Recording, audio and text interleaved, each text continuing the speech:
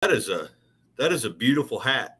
That's my good luck hat. You wear them in Canada? What's that? No, I was rushing home so I could get here because I didn't want to miss it. And for some stupid reason, I'm such a fan of Finnegan that I was like, shit, do I go put my SFM, FSM shirt on? I mean, they're like, he's not even gonna see you, stupid. I was like, you're an idiot. And I'd like staring at myself in the mirror, go, really? And you're gonna put a shirt on, you ain't even gonna see it. Yeah. But Well, that's yeah, funny, man. Well, you know that what? was a good show. That was a great show. Fantastic show. And I'm a fan of Finnegan too, obviously. Like Yeah, he's always struck me as a very nice person and very yeah. knowledgeable person, and he doesn't have the ego about him that a lot of people do. No, and the guys he actually hangs with don't either. Because I said, I'm wearing a shirt. I was on Power Tour, and I don't know if he saw it, but the whole time I was around all these big name YouTubers, if you want to call it that, they're just normal people. And I never once asked for an autograph. I was around, you name it, I was around them. So I got to talking to Cotton in Florida. He had been at a couple different spots that I'd, hey, what's up? The whole time I get up there with him and we're talking to him in Florida. And we start talking about where we're from and all that stuff. And I had no idea. He lives literally less than an hour from me. He just lives down here in Scott, Midwest. And I'm like, you got to be kidding me. And we start talking about all the same people we know. He actually hangs out up here by me and, all this kind of shit. So he gives my son, Zeppelin goes up to him and he's got these little baseball cards that are wire care cards from Wire Care. And he actually gave me this there. This is that Wire Care, Cool. see if I can get it. He had this in the back of his damn, he had that all in the back of his whatever it is, his Blazer. It was like S10 Blazer that he drives everywhere. And he goes, you didn't even ask me for my damn autograph. I said, you live 40 minutes from me. I'll just come to your shop, check out your shop, and maybe I'll get a picture with him. I didn't even get a picture with him. None of them. Yeah, yeah. I'm like, he finally is like, you know what? He signs a card and he goes, here. I was like, what the hell? That's funny. Him and just the whole bunch of them, they're just the nicest damn people. If you really go in there just saying, hey, what's up? I'm Jay, Irish Outlaw Garage. Oh, cool. I'm such and such, blah, glad you watched, blah, blah, blah. That's the way it really was. And that's why, like, I was already talking to Austin from Luke Corps, but then when I met him in person, we talk daily, every other day. Yeah, Austin's great. He was a great guy. Yeah, I mean, we're just ain't no different. None of us are any different. Now I will say there was one that was pretty standoffish, but after a while, towards the end of the whole thing, everything was great. I had a long conversation with a very big one. Yeah. And it was a good conversation. Had really nothing to do with cars or, hey, I love your show or anything like that. It was, so what's it really like? And it was the expected answer I got. And I won't repeat it because I'm sure he don't want that all out there, but it's just like, I'm glad that some of them, and really all of them, they get bigger. They don't lose that. Look how big Finnegan is. He's been in everything. Yeah, absolutely. But there's the other side of the coin too, where I think some of them do lose that. And I'm not going to say who, but I've met some people years ago that weren't big at the time, and they were just pretty standard car guys. And I've talked to I think one or two of them since, but I've also seen some of the other ones. They got bigger and they just don't have time for the little guy anymore, right? Right. Like Angry Mike was one of the guys I talked to him about his Charger and all that, and he hasn't changed. You can still chat with him and whatever. He'll still talk to you. Yeah, and it's great. But I'm one of them people that I don't get in the middle of their bullshit. No, I'm just died just like everybody else. I used to do a lot of extra work and movie work and stuff like that, and so I've been around some fairly big one. And you'd always see the people on set that run up and ask the star for autographs and pictures and all that. And I was never one of those people that would do that. I just never interested me. I kind of like, well, they're doing a job, let them do their job. How'd you like it if someone came up and bothered you while you're doing your job, right? Yeah, I get it. When I was younger, because I'm a musician and I loved, bands like AC/DC, Motley Crue. Motley Crue is one of my favorite because I was a drummer. But, I idolized these people growing up. First time I heard Motley Crue was 1982. I was like 7 years old. But I idolized these people. And I did that up until about 1990. We'll say I got into high school. I was coming out of high school. And I idolized all these people like they were superhuman. I had all their pictures on the wall behind my drum kit. And I had, did everything I could to, be like them, put on a show, Yeah. And then when my ex-wife and I, before we were married, she was pregnant with my oldest son, Skylar. And at the same time that she got pregnant, they announced on MTV about in that time frame that Vince Neil of Motley Crue's daughter, Skylar, died of cancer. Oh. And it was instantly, hey, Buff, instantly, I was like, these people are human. Yeah. Look what this guy's they're just humans. Yeah, they party and they show this good show. When they get home, they may show a big party sometimes in one of their videos. They're just normal folks. Yeah. And ever since then, I've met some of my biggest, people that I was fans of. I met, like Cinderella is one of my favorite bands. I got to meet Jeff LaBar and Tom Kiefer and all these people. Tom Kiefer is one of the nicest people you ever met in your life. Met Jeff LaBar. Unfortunately, he died 2 years ago. He passed away. But a lot of them. Whitfield Crane of Ugly Kid Joe. I've met him a couple times, things like that. And they really are. They're just normal people. If you walk up to them and say, hey, how's it going, man? Don't even mention the show. Yeah. They're more likely to talk to you. Oh, absolutely. Or anything they're doing is like, oh, hey, what's going on? Well, and that's exactly how like Cotton and what's his name were. Newburn. How's it going? Newburn? Yeah. Well, and I think that's one of the things I liked about No Name Nationals quite a lot is some of you I put on a bit of a pedestal. I'm not gonna lie. Like I really enjoy the content, and it's like, oh man, I finally get to meet this guy in person or this, and get down there, and everyone was great. It's like you just exactly what you were talking about, Buff. Everyone wanted to help you out. Everyone wanted to know each other. You just wanted to hang out, have a good time. They just grabbed wrenches and just went after it, man. They did. Yeah. You didn't even have to ask. They were already doing it. Yeah. Well, even I came over and said, hey, can I give you a hand with your car? And you're like, oh, man, no, I'm good. I've had lots of help. Well, yeah, honestly, that's where it got to is like at the beginning, it was, okay, there's only a handful of tasks to do and only so much room to do it.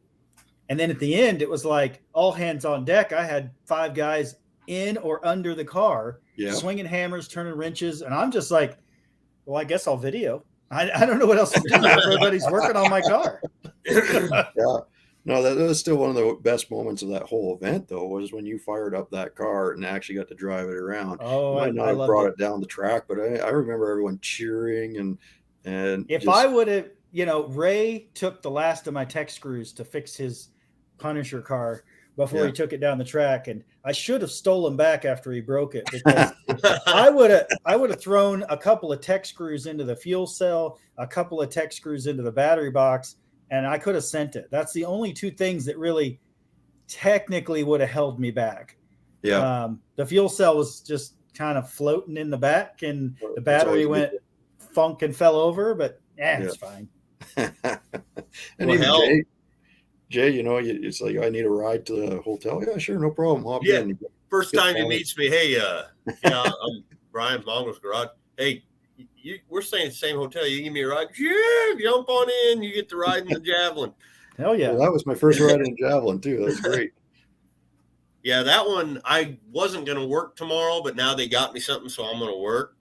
But as soon as I get home, she's coming up to the garage and motor coming out. Wow. Oh, really? Yeah, it's I'll probably talk about it in a bit. I don't know. I'm so far behind on editing right now because I've been so busy working that I'm going to put the other ones on hold for a while because we love this Javelin so much that it makes me sick that it's just sitting there. It's a cool car. Like that is a cool car, man. It really is.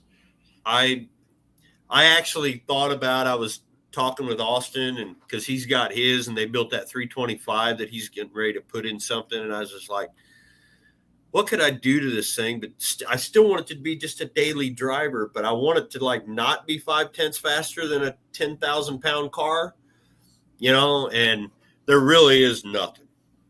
All I can do with that 304 is maybe give it a cam, give it a little bit more cam. I might put some rollers on it, roller rockers on it to give it give the engine a little bit more, make it easier for it to turn. But there ain't really nothing you do. Even to put the Edelbrock heads on that motor, I have to shave them, the combustion chamber where it comes down because it's bad. They said that's why everybody always tells you just get a 360 and be done with it. So everything's the same on a 360 and a 304 except for the bore and the size of the piston. That's it. Other than that, there's no difference. But people they long for the glory days of the muscle cars, and why I will admit that back in the late 60s, early 70s were certainly the heyday, and the cars looked the best back then. The performance wise, like just before, electrics come out, this is the heyday. Because I mean, look at these. You can go get an 800,000 horsepower factory car, mm-hmm. And we're not talking. Well, we're talking. We're not talking. You got to look at net versus gross as well. And the horsepower ratings were completely different back then. But we're talking that thing's just cranking out some insane horsepower, and you're getting good gas mileage, and you got air conditioning and quiet cabin, a comfortable ride, everything else. You just don't necessarily have the style that you had back then. Even the difference between a 1968 Pontiac 400 in that big ass ambulance compared to the light little pony car with a 304 that's basically choked. Yep. Look at we're talking 0.5 of a second. That big ass car with, no replacement for displacement. Don't get me wrong. But that little ass car with a 304, and you think about that little car with a 304, and then you jump ahead when they started figuring things out to say like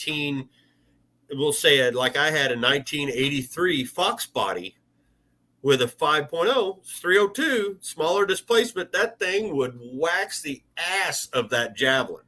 Yeah. And then it's slow. Then we had, like I said, we was talking about what we had as Gen Xers with this damn K cars and T1000s. And, if you got the K car with a turbo, you did all right. But other than that, if you didn't have a Mustang or a third gen Camaro, you were that was it. That's all we had. My first car was a 1971 Ford Custom 500. It's basically an LTD. Had a 351 Windsor in it. Now, I don't know how many. This is the reason I don't like Fords, is because of that car and some other cars. But Ford had put the master cylinder in those cars, and the master cylinder was aluminum. The housing was aluminum. Piston was steel. Oh, so you're driving in heavy traffic all day. The cylinder would expand faster than the piston, and then eventually you'd have no brakes. Yeah, you've told this story. I've heard this story. I launched that car about 4 feet in the air off of each tire, and it must have flew about 15 feet. And let me tell you, Dukes of Hazzard lies. That car was twisted really I don't good. know what you're talking about. That is completely accurate. You blasphemy. You can't talk bad about my Dukes of Hazzard. But That's my I twisted that 2023 car. goal right now. My goal for 2023 is I'm hanging out with John Snyder this year. You Not have this mentioned year, that. 2023. I like John It's Snyder. happening. He's cool. Check this out. Yeah, I got to turn my headphones off. I was doing something today. Let me find it. Okay, can you hear me? Yep. All right. I was watching a live today. Good morning, good morning, good morning. Joshua Buff That's John Snyder. is watching. Right on. John Snyder called me out. That's awesome. So that's my step. My first step was getting him to know my name. And now the next step is I'm going to bump into him somewhere and he's going to be like, how'd you get in my bathroom? I'm like, hey, don't you question my tactics. You do a selfie? Yes, Colleen, I have seen those. I watch them constantly, and it all comes down to the same thing. And I'm going to say it on my own channel, on my own live. Gen Xers, the answer you get for everything is I don't give a fuck. Whatever. The whole things nowadays with this non-binary, and you got this over here and that over there. I don't give a fuck. Live your life. We don't care. My answer, my dad's answer to everything was go friggin' fly a kite and only let the cars on the interstate hit you once. You know, that was pretty much it. Just get out of my face. Well, I think that's the big thing is like you said, we don't care. As long as you're not screwing with us, we don't care what you do. Yeah. That's what it comes down to, right? Ain't hurting me. I don't care what you're thinking. All right. Hunter's my ticket. Sand Mountain Ballistics. He's met John Snyder 3 times. And he says they have an event at John Snyder's place where they jump the old car. I think it's a Crown Vic that's been. It is a Crown Vic. Yep. Hunter's my ticket. So if Hunter can't get me backstage passes, then what kind of subscriber is he? I mean, he's just lame. You gotta get me tickets, man. After all that praise you were giving your subscribers, I gotta say, say that was probably the coolest part of being a YouTuber that I never expected. My hat's all crooked. Having just about 1,000 subscribers, really, I'm a nobody, right? I'm a no name. Yeah. And I've got people handwriting letters, sending me stickers, sending me T-shirts. Todd from Flat Tires and Misfires sending me freaking parts off his car to fix mine. He goes, I said, I'm never going to find this part. And he's like, I got it. I'll send it to you. What's your address? I'm like, well, let me pay you. Nope. He wouldn't let me pay him. Yeah. And he just sent me parts. That's how I ended up getting the part to make the original gas pedal work so that I can make the LS pedal work with the original pedal. And the, what was it? Upper control arm bolt. It was all mangled and torn up. And he's like, here you go. He sent me with bushings and everything. And I was like, so what's in that car came off of his. Yeah. Well, just a good dude. I would rather be in this family than the one, like, just to give you an idea. I got a hold of some guys because AMC stuff, right? Up north, say like Wisconsin, Chicago, Aurora area, it's all over. You mean down south? Yeah, south of you. But all over is AMC stuff, right? So I got this channel and I get a hold of this guy I find on Facebook Marketplace. I needed upper A arms, upper control arms, and I was looking for and I have it. I got it off of him, but I was looking for the spoiler. So I go up there and I buy this stuff off these 2 gentlemen. Real nice. Oh, yeah, I can't wait to see, send me cars, pictures when you get it on there and blah, blah, blah, And then one of them, the guy I got the control arms off of, he watched the channel. And it turned into, I will never sell you another part as long as I live. Do not ask me for anything. Really? All because I was not restoring that car. He saw that I just basically, it ain't cobbled. It's safe, because And I the only thing I could answer to him was, well, you send me all the money and all the parts down here to fix that piece of shit, and I'll do it. Yeah. And it turned into a bigger mess than that. Oh wait, where'd it go? Here it is. What I is can't that? get it straight. What is it? Jeffro sent me a card. Really? 2 hacks. And let's see. Chris 323 sent me some freebies for Christmas. Nice. Good like dude. Jane. And I don't right off remember which subscriber it was. $100 gift card Damn. from a subscriber. You can clean out all of Harbor Freight with that type of cash. That's what I said. I could legit walk in there and just go, gold card, give me everything in a place. I don't know. Then, I can't even stuff, mention. I didn't mention a subscriber gave me a car, a whole car that I drove to work this morning. That's awesome. I love this YouTube stuff. Is awesome. I don't care if I ever make any real money. I've made more friends and more connections with YouTube than I would have ever done on my own sitting on the couch. Oh, absolutely. Like that is the biggest take for me as well. It's like if I make something great, but that was never my intention when I started my channel. But I fell into this of meeting everyone else because I never expected that. Next thing I know, I fall in with stuff with Cletus and dudes with wrenches and Big Block and just Mopar Joe doing that Volvo build. Just start chatting live like I am now. Yep. And then you start meeting all these people, and now I have people I know all throughout the stage, and I think it's fantastic. Yeah. I could, call someone up, hey, I'm coming down. Well, cool, man. We'll see you in that day. Let's do it. Yep. And, well, it's like I was watching. I'm obviously a member of Dalton's channel. Yep. And I was watching. Oh, he put the thing out, the whole build, because he always does the full build of the cars. One video. Yeah. And I was watching it, and I was smiling so much because I got mentioned twice in that damn thing. And then Buff's all over it, and me and Buff are in the same video with frickin' Kevin Brown and Chris and No Nonsense Know How. Yep. And I think Mook's in that one too, isn't she? Yeah, Mook's in it too. Yep.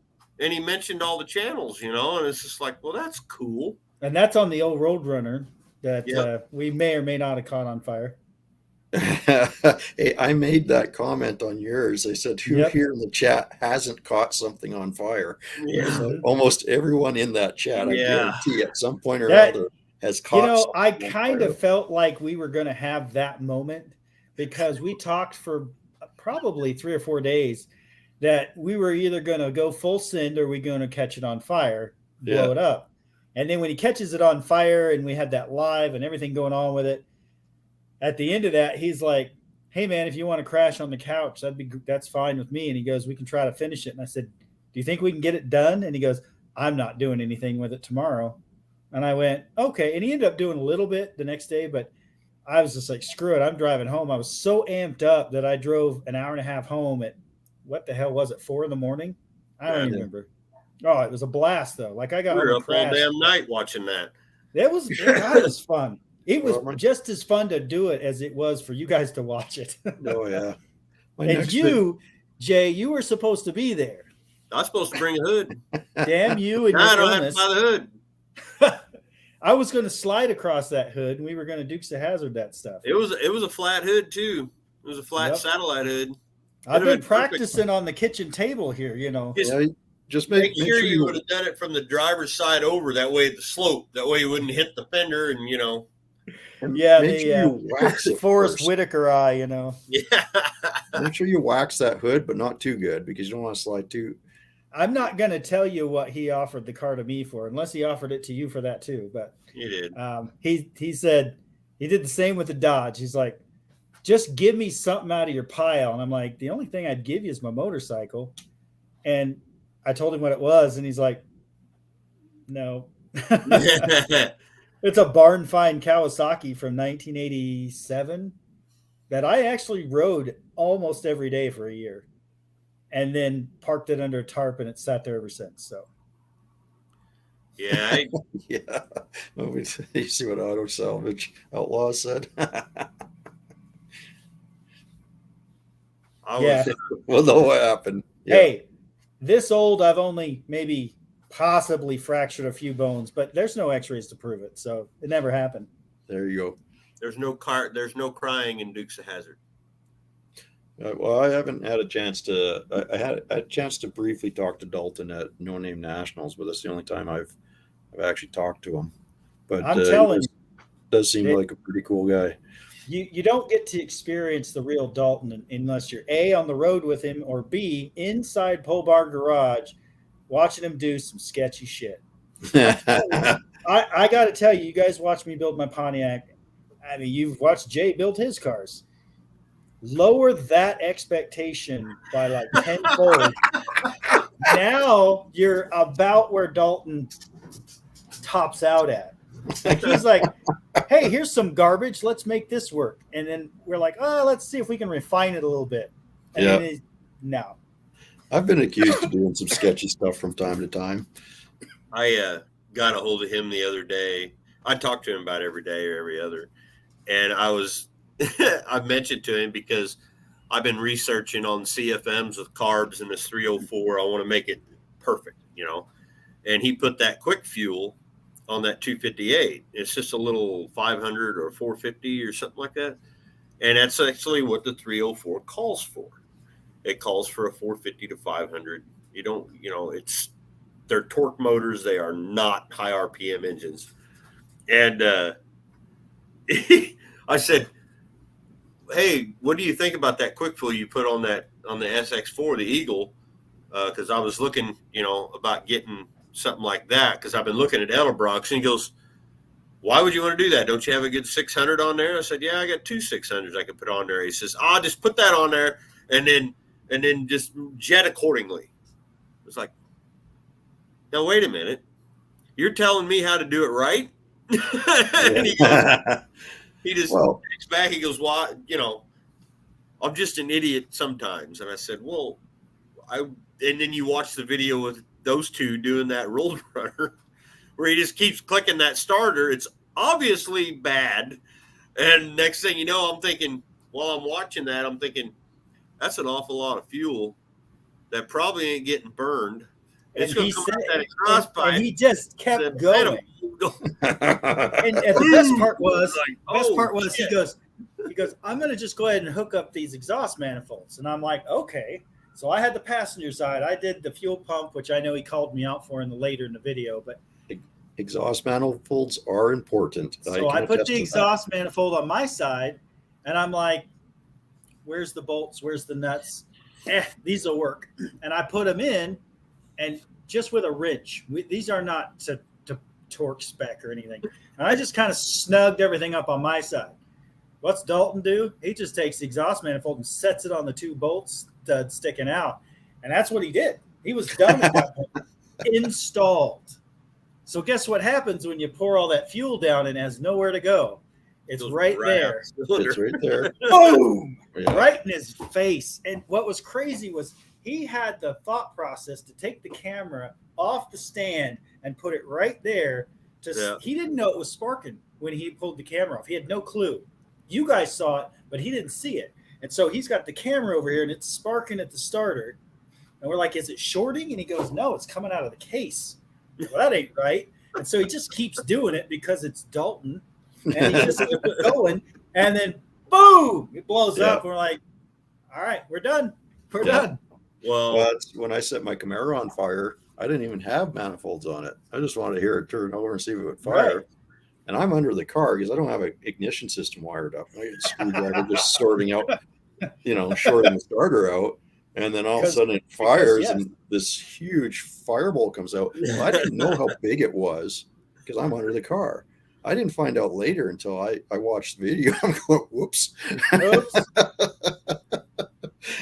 Got some firepower. Yeah. That's the kind of reason that I did that little joke with my flamethrowers. Because everybody loves freaking fire, and I'm like, oh, you want fire? Did you check the timing? We don't have time for that. Boom! See, that was I've got 6 of those. Oh, I have no doubt. And I thought about after I did that one, when it gets closer to summer or something, I'll set them all up somewhere on a car I'm working on and blow them all off, just for for fun. I wouldn't make a long video out of it, but that Javelin, 3 days before, no, a week before Power Tour, I caught that on fire.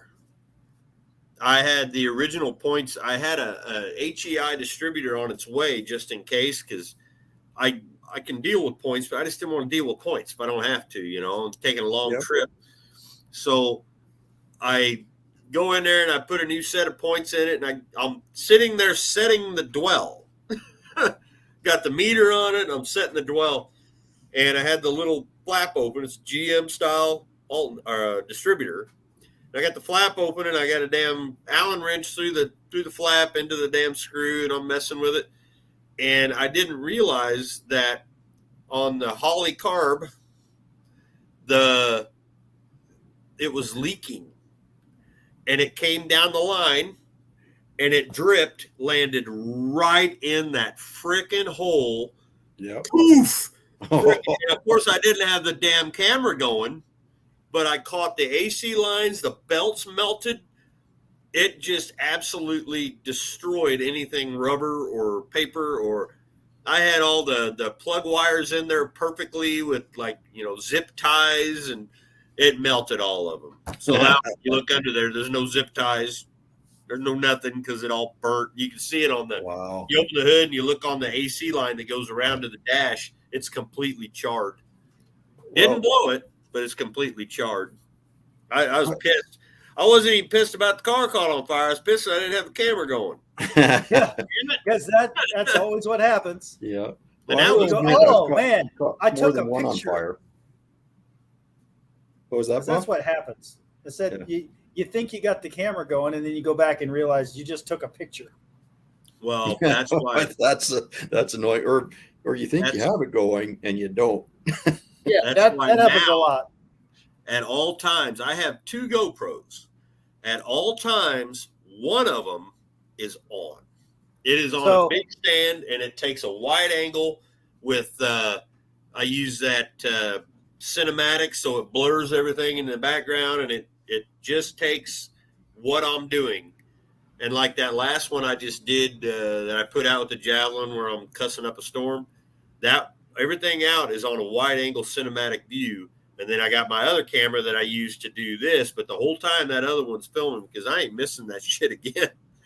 So I got my DSLR camera that I really like a lot of its shots, because once you set what it's supposed to focus on, it does blur out. And a DSLR is just a quality camera. And then the GoPro has burned me so many times. Oh, yeah. That I'll run it. Sometimes it'll run 10 minutes. Other times, 13 seconds, bam, gone. Battery's dead after I just charged it. And then, of course, your iPhone, if I've got 3 cameras going, I'll either, get video on one of the 3, and get sound on one of the 3. It may not be the same one, but I've learned to, cut and paste. Yeah. Yeah, that's all I've got. It's just my iPhone. That's all I use. I've tried the GoPros. I've never had luck with them. I want to take 1 second to throw Perpetual Projects down in the chat. They are 40 away from 1,000, so they can get monetized. So if you guys haven't subbed Perpetual Projects, these guys have put in a lot of work and tore up a lot of drive shafts to.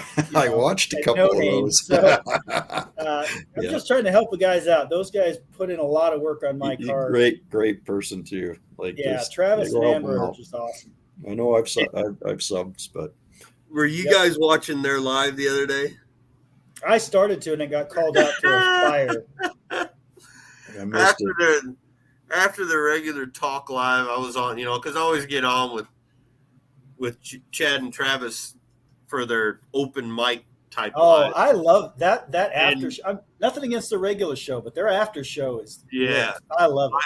Well, this time I was stuck up north and I was driving home.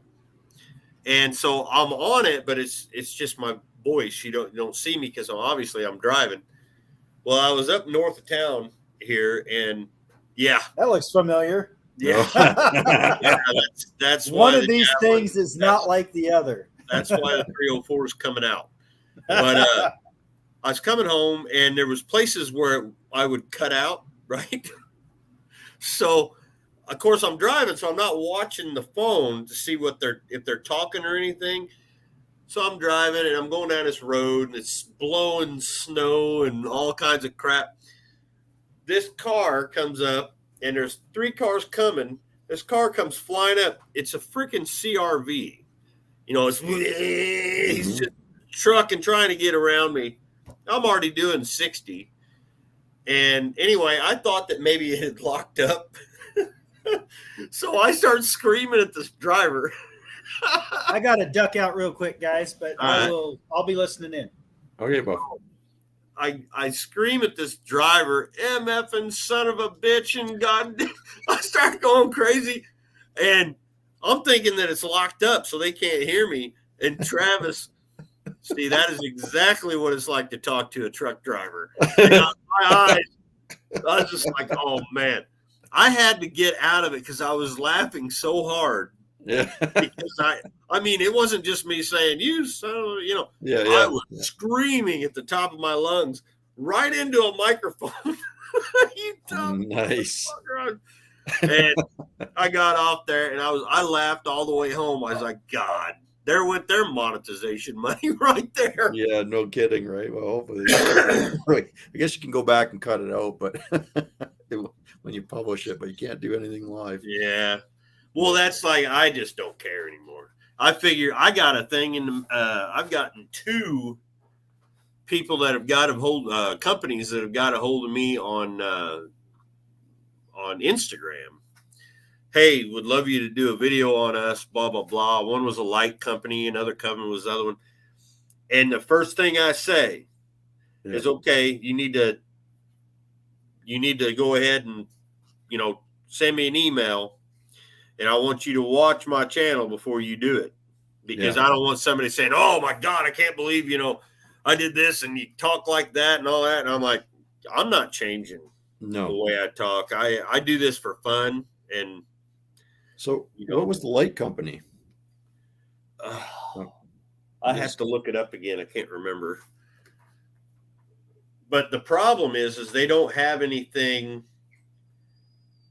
They don't have anything that, well, I mean, our Trailhawk or my pickup maybe. Yeah. But well, shit.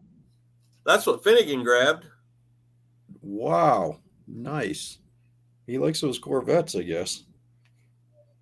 Well, I liked his other Corvette too. That's cool.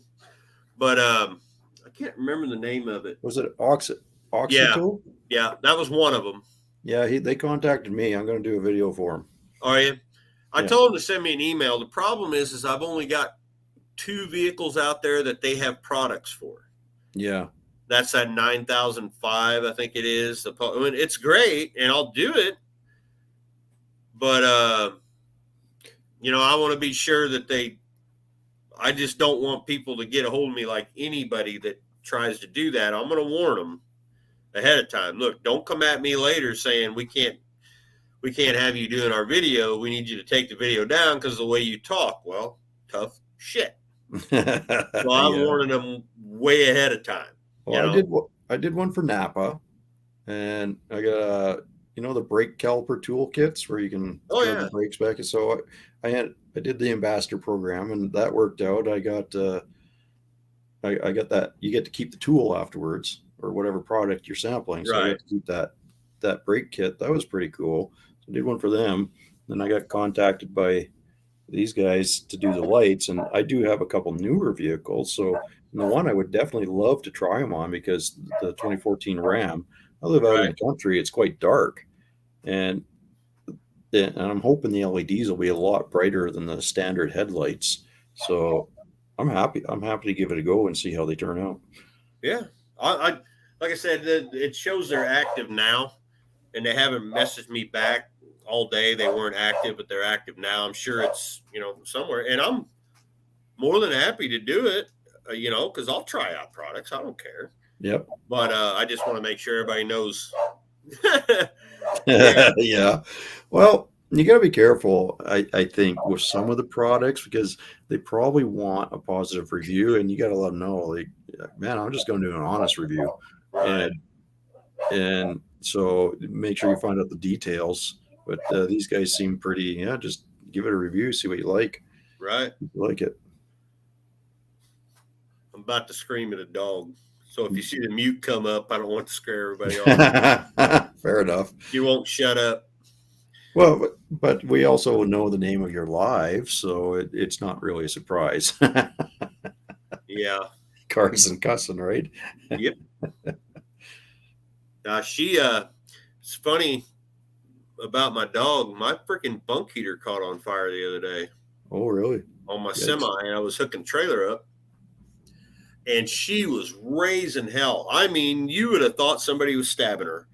Really? So I went up there. I'm like, "What the fuck?" You know, I open the door and smoke comes out. She jumps out of the truck, and I'm like, "What the hell?" I shut the truck off, and sure shit, my bunk heater where the wires go up and meet everything. It's kind of like an auxiliary system from the front one.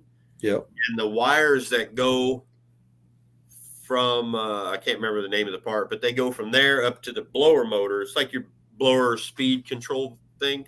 Those Yeah, wires yeah, completely fried off. It was headed up to right underneath the bed, Wow. and the bed's memory foam. That goes like that cell It phone would have went. It just goes still right smelled up. like hell in there. Yeah. But she wouldn't go in the back for 2 days. She's like, boss, Nope. no way. You left me in here to burn. That dog saved my life. That's the third time now. Yeah, that's The other two were people trying to open the truck and get in the truck. oh really? Oh yeah. No kidding. Jeez. That's crazy to me that people are that ballsy, I guess, that they would do something like that, especially if they know anything about your truck at all. They like just with a sleeper on and everything, the driver's probably sleeping in their truck. No, I was actually driving. The first time it happened, I was actually coming on the south side of Chicago, like deep south side of Chicago. Yeah. On this little 2-lane unmarked road called Chicago Road. Yeah. And I was hauling stuff that went to craft food service in Champaign, but I was still way up there. And I come to a little, like a blinking light, right? And there's these buildings, and up there in Chicago, they got these catty-cornered buildings where you can't really see in the corner. This old boy jumped out of there when I wasn't looking. I was looking at my GPS, and all of a sudden, she was 4 months old. She's just a puppy. She jumped across like damn near on top of me, screaming at the top of her lungs as the door's coming open. Really? The guy jumped out of the shadows, grabbed the door. He was a little feller. Looked, hate to say it, looked like a crackhead. And he had one of them. Here again, let's age us. You remember the GM lug wrenches that had the swivel? Yes. The old pieces of crap that would have. He had one in his hand, and he was trying to open the door, and he was going to swing that at me, and I kicked the door. Yeah. Hit him, knocked him out, or knocked him away. He kept coming back. Really? And I won't reveal all what happened to him. Let's just say I drove off without a scratch. Yep. And I don't know what happened. Don't care. Yep. Wrong truck. Yeah, no kidding, right? Wrong truck. Wow. That's crazy to me. Ever since then, if anyone gets near that truck, her hair will stand up and she will just start growling and raising hell. Well, that's what you need. But I have to be that way. I mean, shit like that happens to me all the time. That was the first time. It happened again. Unreal. I'm just reading some of the comments here. Yeah, that's what I was going through. AMC guy in Missouri. There's AMCs in Missouri. Good. Maybe he's got I might do that. Of course, I got an AMC engine I could sell and probably redo every engine I got out here. What did we build up? We had a tow, like a tug. Well, that's what you call them. They tow the airplanes around. Had an AMC, and I think it was a 409. Yeah, 401 or 401. Maybe that's what it was. Yeah. I have one, and I got it on accident. I can't remember if it was an international or I think it was an AMC. I think it was 401 AMC in it. Yeah. We rebuilt that thing. But it's the industrial one, right? Just a monstrous torque machine. Yeah. They are the motor that nobody wanted to talk about. Yeah. They are ridiculous. When you build them, they'll waste anything naturally aspirated you can think of. They will just absolutely destroy them. As long as you get the oiling system figured out. You got to run oil from the front of the engine in a tube, drill, tap. There's a whole bunch of hacks, but there's a lot of engine builders out there now that say you really don't even have to do that. With the way that you get newer high volume oil pumps and stuff like that, it takes care of, put a deeper pan on it so you can get more oil to the top of the motor. It's the rear cam bearings and rear crank journals. It's almost the same as a Ford. Same thing, because the oiling system starts in the front of the engine. So, your motor sits like this. So all that oil goes to the back, but it goes across the top and down around the sides. It don't actually get to the journals that it needs to get to. Well, a lot of the old engines were like that. They had oiling issues. Have a good one, Colleen. They just, either they didn't drain back down from the heads quick enough, or because when you look at a lot of the old engines, they just had really small return passages in them. And if you started revving those things up, it just pumped everything up top and left it there. Yeah. When I get this 304 out, I'm going to Dremel a couple of the passages, just smooth them out, because they are rough. I don't know if you've ever seen the inside. Well, you have. The AMC engine. They didn't clean up their molds very well. No one did. I mean, you look at the casting in the old Pontiacs, even it's all rough, and there's a lot of cleaning up you can do in there. Yep, I had that. I didn't do it. I was in such a hurry. I didn't do anything to that 400. I wish I would have. Now that I knew, if I'd have known I was going to have more time, I would have done a whole lot of things to that. I sure as hell wouldn't have put them junk ass heads back on it. Well, good ones. It's one of my all-time favorites is the Pontiac 400. Love that. And it almost seems that they have a better following than even the 455s do. And it might just be because they're more plentiful. I don't know. Like the 455s are monstrous motors. They put out gobs of torque, low end torque.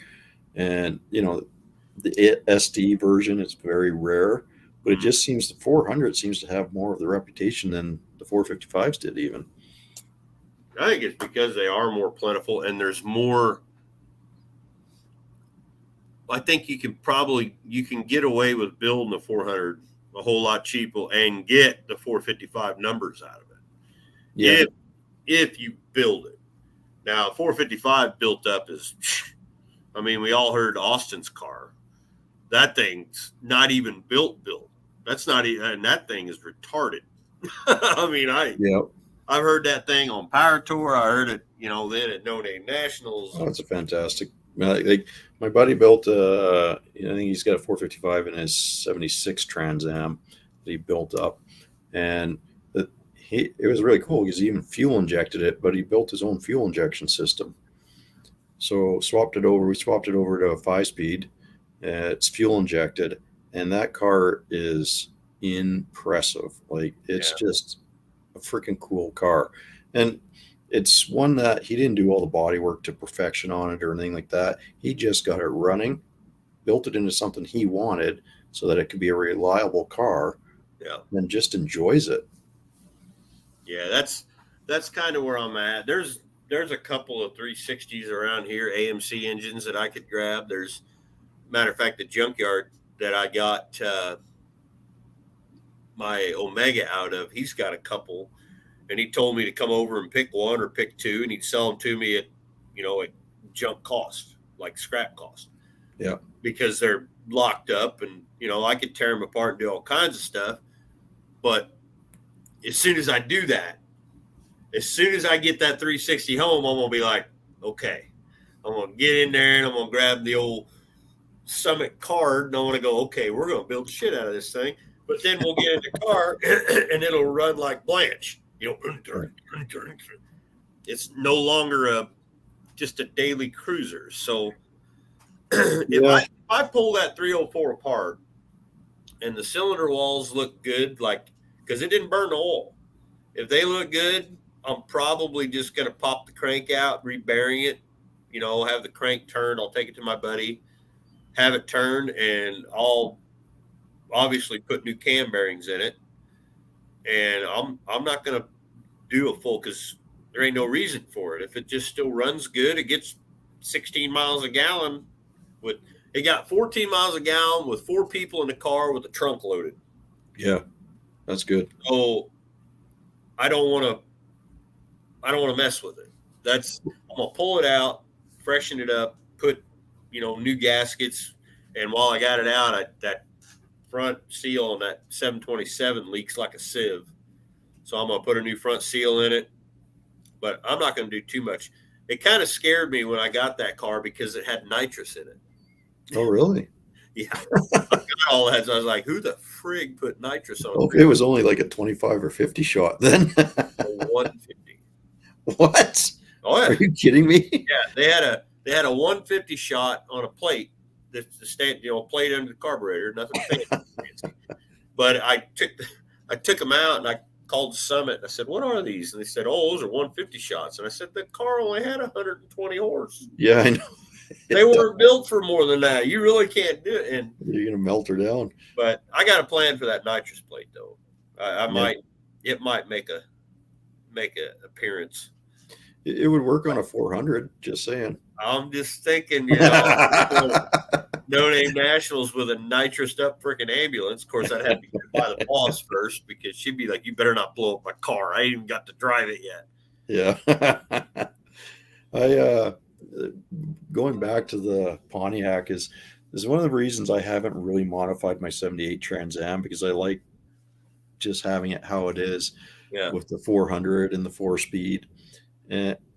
However, I struggle with that as well, because the one thing I do approve of doing to any car, and it's not just because I dislike carburetors, I would fuel inject it simply because I want that engine to last as long as possible. And if a carb's too hard to keep tuned up in every condition, whereas the fuel injection, you get rid of a lot of fuel washing and everything else, and you'll keep your cylinder walls in better shape for a lot longer. Yeah, I've been thinking about doing it to one of the cars. Yeah. But I'd probably do something, because I contacted Holly about it. Believe it or not, I was nice. And about, different setups, what would be good for one of the engines out here.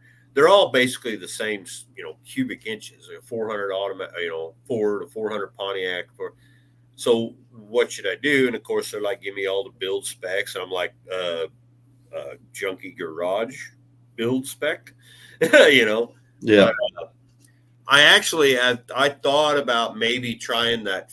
Phytech has that system where they have the separate little, it's basically a fuel pusher that you have a pump that pumps it in there. Yeah. And then it runs it to the injection system on the top. I thought about trying that, because that way I don't have to change all the crap. Because good luck finding a fuel injection system tank for an AMC Javelin. Yeah. That's, it's bad enough the way it is. So I'm like, I might try it. I haven't decided if I'm going to do it, because it's not a race car. It's a daily driver. But if I can get it more reliable, so you're not doing the old career, shaking your foot on the floor trying to get it started, which that thing never gave us a problem starting. Yep. It'd be kind of nice, because I am going to put headers on it, and I can throw an AFR. I can, put the O2 sensor in it while I got the headers. And well, Two Hacks kind of nailed it. You put the wideband on there so you can fine tune that thing and dial it in really good. So you optimize your fuel to air ratio, and you'll just have that engine lasting longer. I know that the carburetors make more peak horsepower, so if you're planning on drag racing it, it's not your best bet. But if you want a streetable car, the fuel injection is the way to go. Yeah, it don't have to be fancy fuel injection either. No. I just want to try it. I've never done it, so why not try it on the car we drive daily? You know, and I'll try that. And then the other thing, I'm still kind of on the fence about putting the tunnel ram on the Cutlass. Still, because I like power brakes, Yeah. and it already has very low. Well, what you Vacuum. do, go get yourself one of the hydraulic boosters, the GM hydraulic boosters. Yeah, Mount her in I've there. actually got.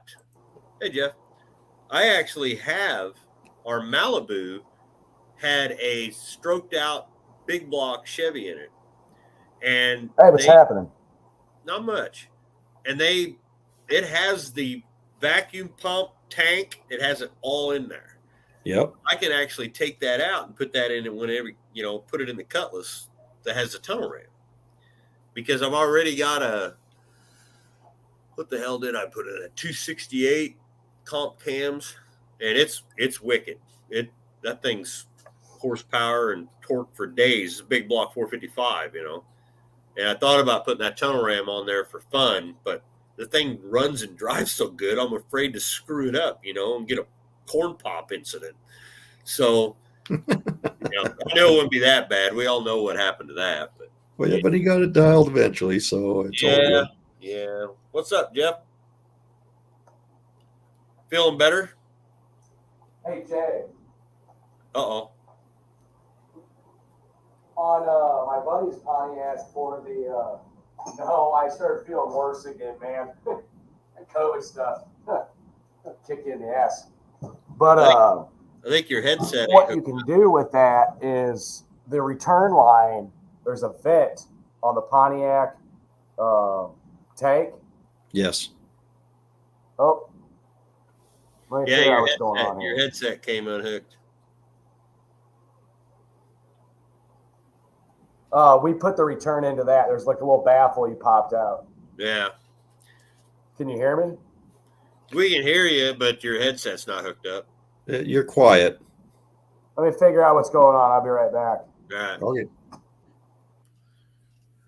Yeah, I thought about that too, because that Javelin actually has a return line. I just don't have it hooked up because it was rusted in 5 places and I didn't have time to change it. I actually, because they didn't have a return on the pump. The return was on the filter, like a Dodge. Yep. So I went into the carb and then one little line, like a whatever the hell it is, 3/16 or whatever, went down to that other line. And I hooked it up. I was like, yeah, I got a return line. I don't have to run a pressure regulator and all that shit. And then gas was just pouring out the back. I was like, it's got that little valve back there that it was a mess. I was like, nope, I'll just. Well, the funny part is when you're telling the story about the distributor, since we're on the gas subject, I had my 67 Parisienne, had a 283 and then a 2-barrel Rochester, and the float stuck on it, and it would pump gas out through the vent. Oh, yeah. Guess where the gas went? It perfect arced right back to the distributor. Shit. Oh, man. I'm lucky that thing didn't go up, man. Like, I was like, hey, what's going on? So, of course, you get out there, tap, tap, tap. There we go, fixed. But yeah, I can't remember. I just had someone crank it over. I might have just did it with the remote starter or something like that. And I just watched that arc of fuel, a nice, beautiful stream of it right on top of the distributor. Yeah. The only thing that saved it probably is that I had changed the car over to an HEI distributor. Yeah. So it was sealed up a lot better. See you, Sand Mountain. Have a good night. Yeah, I wish I had the camera going on that, because I'm telling you what, that was a fireball about as big as those flamethrowers I got. It was boom. I'm surprised I had any hair left on my face. Right on the top of it. Well, most of the time I don't panic when a fire breaks. There's been a few where I have, though. One, I was working on a Mercedes, and an injector had stuck, and it was just pumping raw fuel in the cylinder. So I needed to purge the fuel out of the cylinder, and I pulled the breaker, the fuse out of the one junction box. Of course, it's a Mercedes, so it's got about 4 other junction boxes that I don't know about. And so I only killed part of the ignition, but I didn't kill the one for that cylinder. So I have the spark plug out. I've got the coil wire sitting there, and I crank over the car, and it blows a perfect mist out of the cylinder. And then sparks, and it just makes this huge fireball. And it's got all that underhood insulation to keep the car quiet. Yeah. So it lights all that on fire. And all you see is go, whoa! Right? And I'm Yeah. grab the fire extinguisher and put it out. And I'm kind of, it's like, oh, I don't want to do this because I'm going to get this stuff everywhere, but it's better than burning the car down. It's, it's my stepfather's car. So, Hey, I was like, Blake. oh, crap. So I got it out, and the only thing that really got damaged was the hood liner, but got it fixed. But that was a bit of a surprise. Most of the time, you can just, with the carb fires, you just kind of keep cranking, it sucks it down, or you pat it out, right? Right.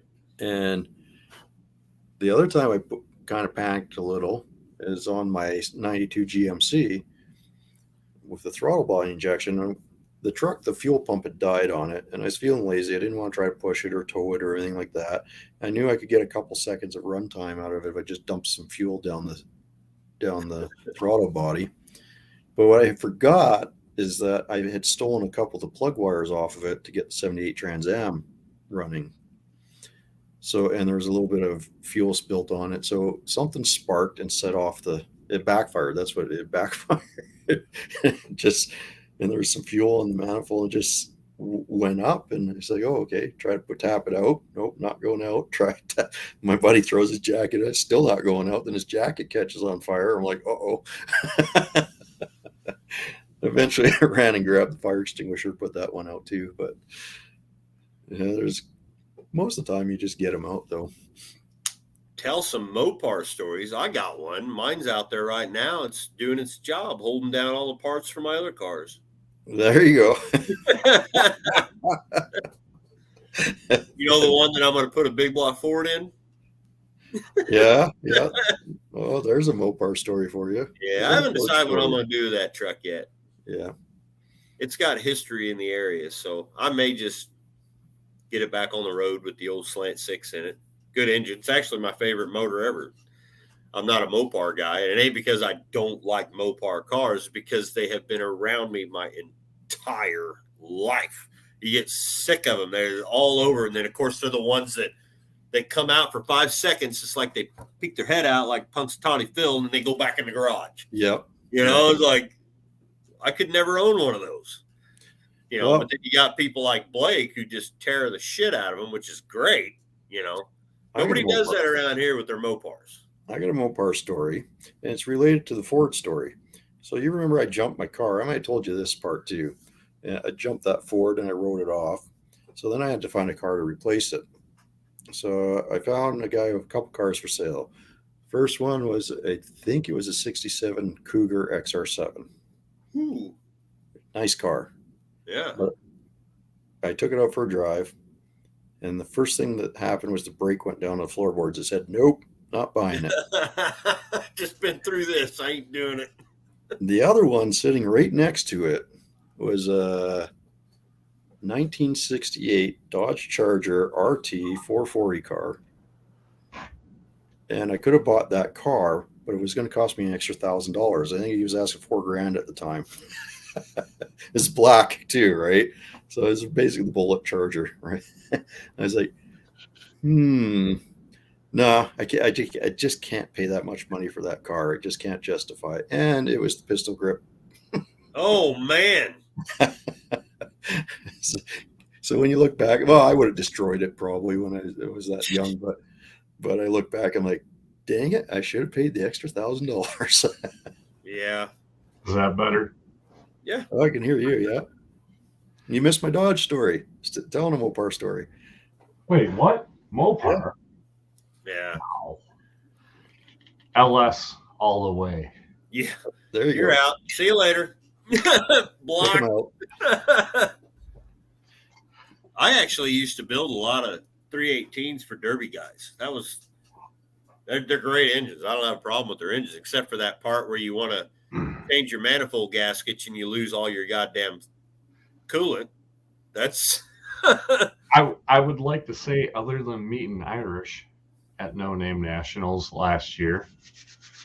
It was a really good time meeting you, Mongrels. Holy cow. Thank you. It was great meeting you too. Very nice person, respectful in person. Just a really all around great guy. Oh, thank you. I appreciate that. Subscribe to his channel because I found everyone pretty much that way. Everyone is great. Everyone I talked to is great. You know, they were all very respectful. They all wanted to share. Some people were a little busy and just you had to give them some time because they were up racing or working on their cars or whatever. But everyone took the time to say hi and talk to you if you wanted to talk to them, and that was fantastic. Well, I remember coming over talking to you, and you were flying your drone around. That was pretty cool. well, I think I was overwhelmed, man. It felt like every 5 minutes somebody was coming over. Hey, man, what's up?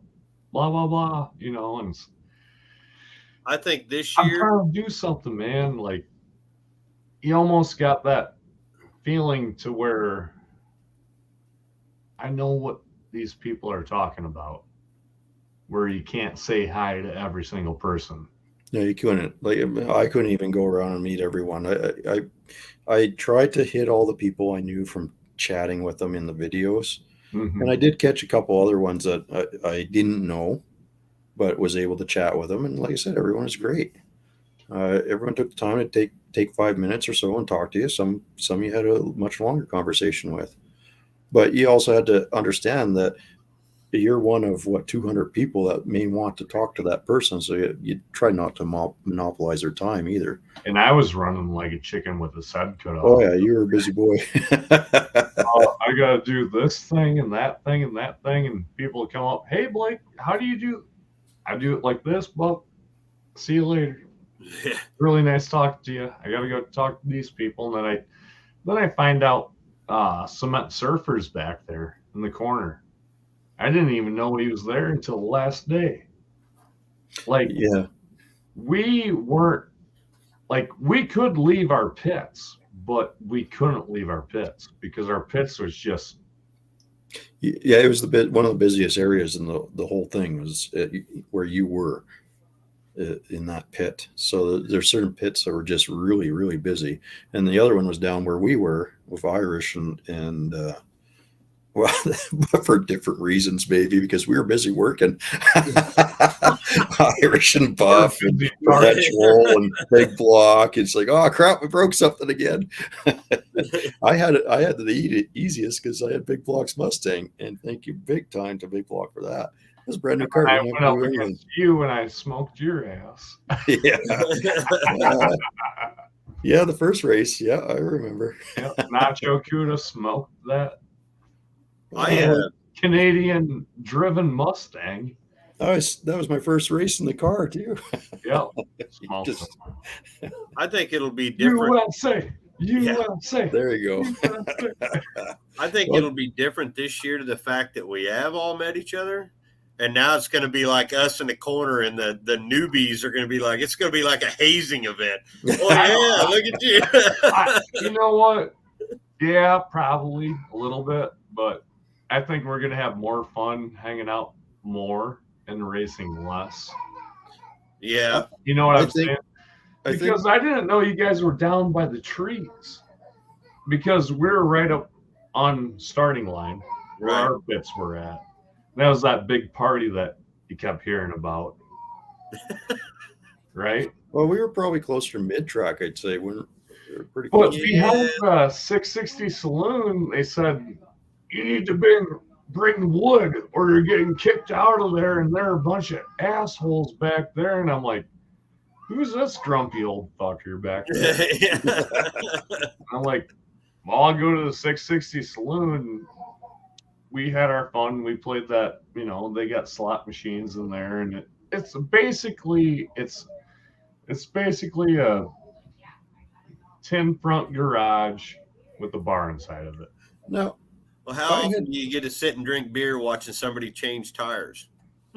Yeah, or drain the antifreeze to put water in. Yeah. Yep.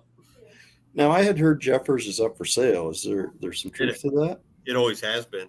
My track's up for sale. Really? and that's got a full campground. It's, I think, $1.3 million. Whew. Wow. We need to have more YouTube friends so we can all. Well, and it kind of goes back to Well, exactly what's happening. It's got 2 bathroom facilities for men and women. Two bathroom facilities. Nice. So that tells you right there that they have sewer. And sewer is a huge thing, isn't it? Well, Yeah, it goes right back to what's happening with Cletus right now too. It's just you get the residential communities moving out towards the tracks, and that's it. They're dead after that. That's what kills them. Well, did you see the Cletus little runway that he made for his? Oh, I didn't see that. No. Yeah, he bought one of those lots and turned it into an aircraft runway. Oh, really? Yeah. Wow. It'd be nice to have that kind of cash laying around. That's a way to get people away from your track, is buy the lots and turn them into things. So the first lot that he bought towards them is an aircraft runway, RC. There you go. Nice. And it's just a little piece of blacktop. I wish him the best of luck, because really we have been seeing a decline in tracks and throughout the states. Bad Tree Productions joined in the online thing. Yep. I was there kind of watching. Kind of hard for me to watch. We were watching, and I have my brother who lives in Florida voted with them. Wow. He's our Florida correspondent, the Gator Armadillo guy that you see on our channel every once in a while. Well, I'm, like Dan says, I'm just glad someone's actually standing up and fighting, because I don't want to see this community go away, and seems to be a lot stacked away against us. Yeah, I mean, just look at Atlanta.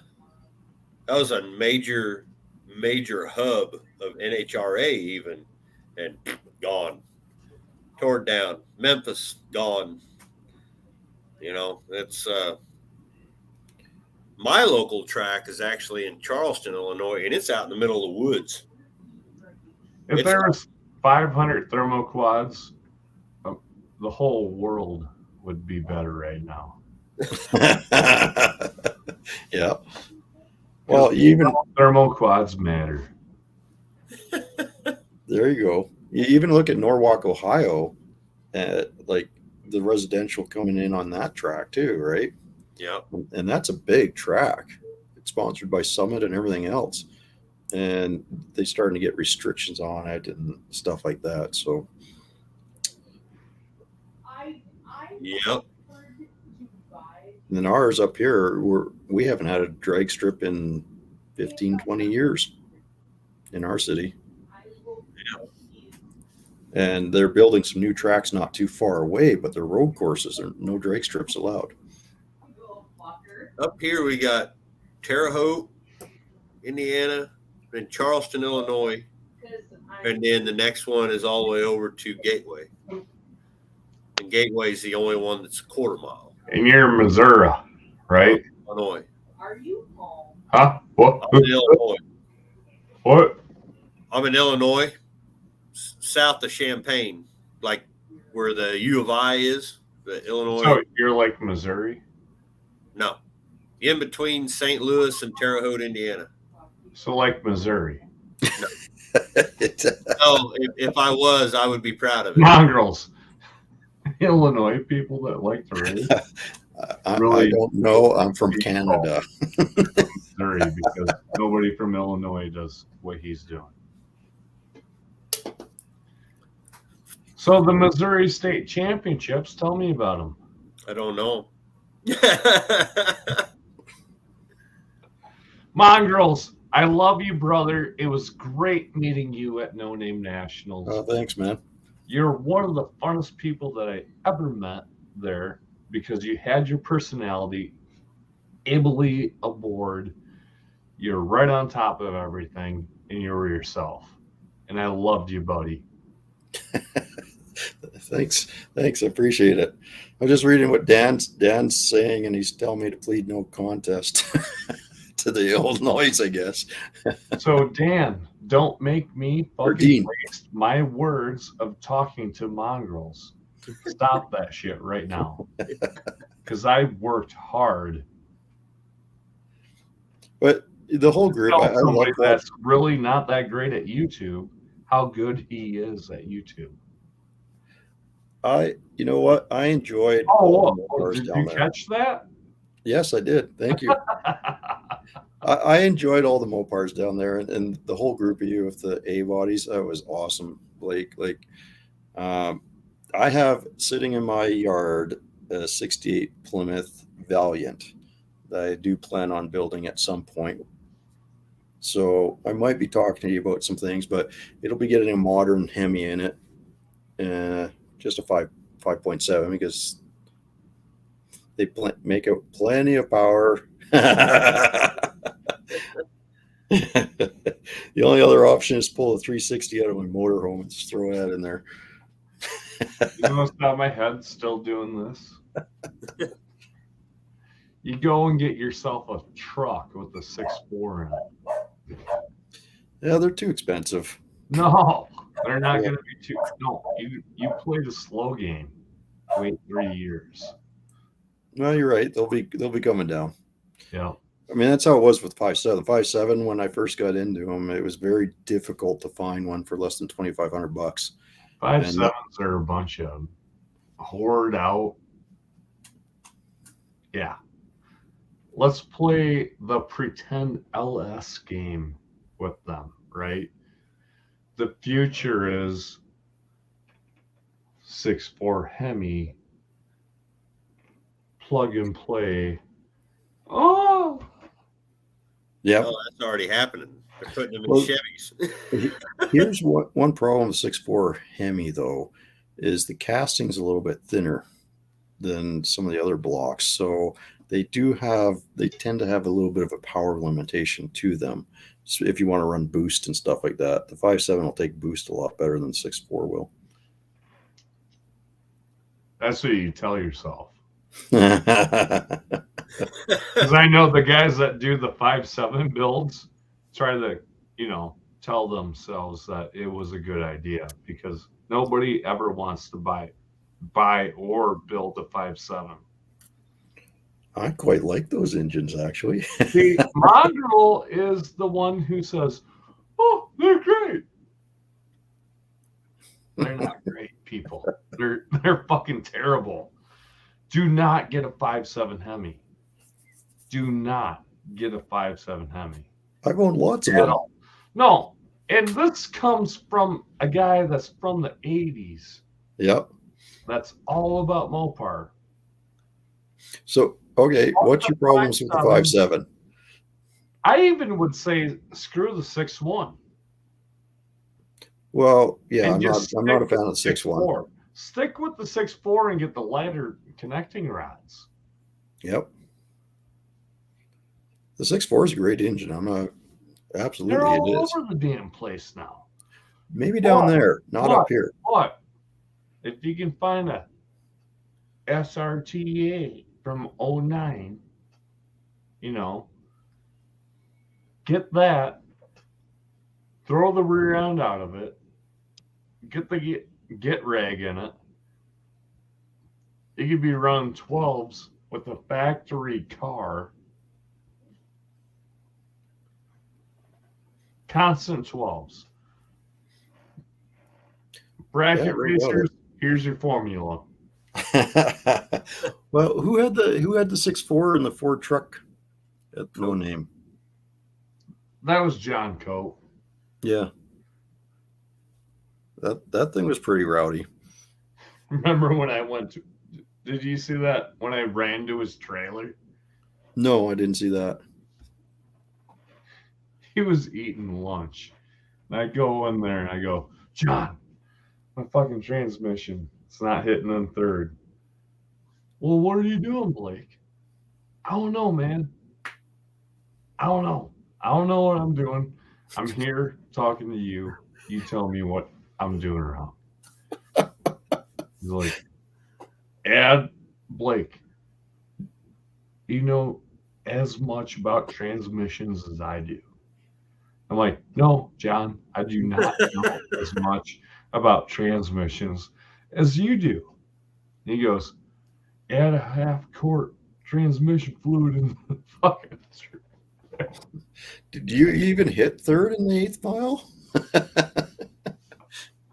I did just. And I added a half a quart and I hit third.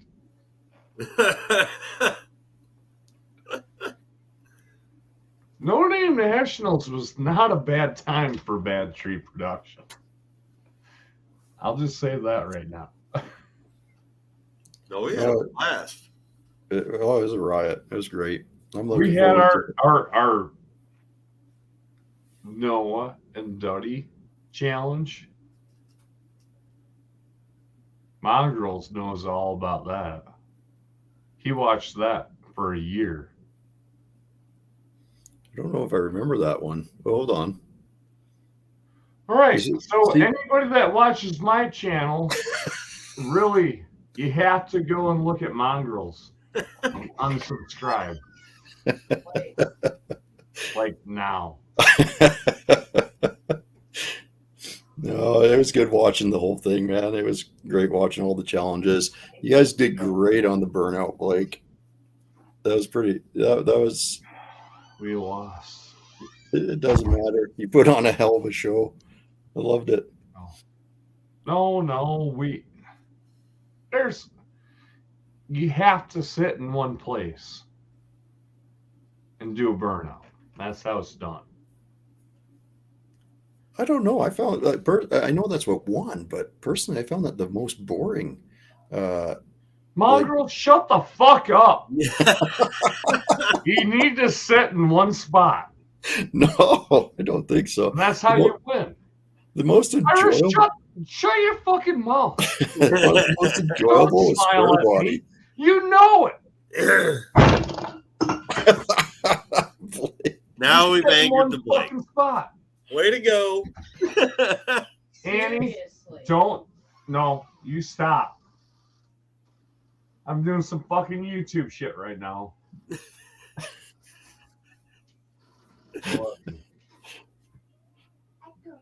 Shut that fucking door. Is this what it was like when you were driving your truck? Yeah. Paybacks. I actually liked Hippie's burnout. Oh, he had a great burn. You couldn't see him. Yeah, I really like that one. I wanted to get in it, but I'm kind of busy. Plus, all I had that would do a burnout was a javelin, and we all know it ain't got enough power to. Is it a one-legged peel on the javelin? It was, but it's got a lunchbox locker in it right now. Okay, nice. So Zeppy got a 78 Trans Am Turtle, or the big model. You know what I'm talking about? It's Mongrels. You don't know. Hey, stop it. Mongrels had a fucking Cummins, man. He was just talking about that shit. I don't like diesels.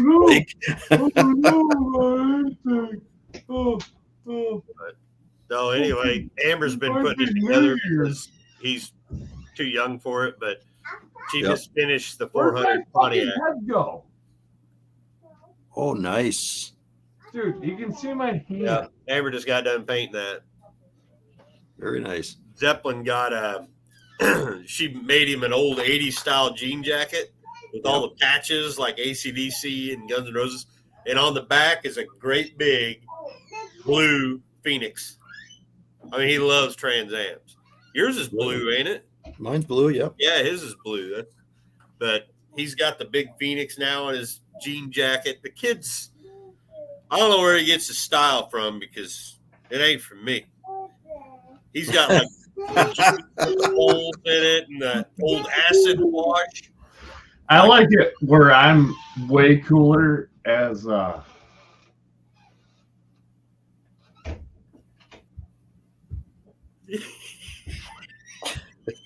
He's just a floating head right now.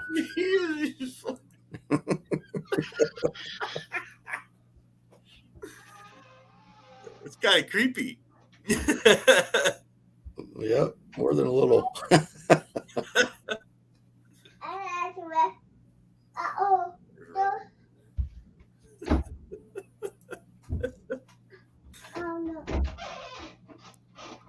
I just keep waiting for him to go, here's Johnny. Yeah. Red rum, red rum. Red rum.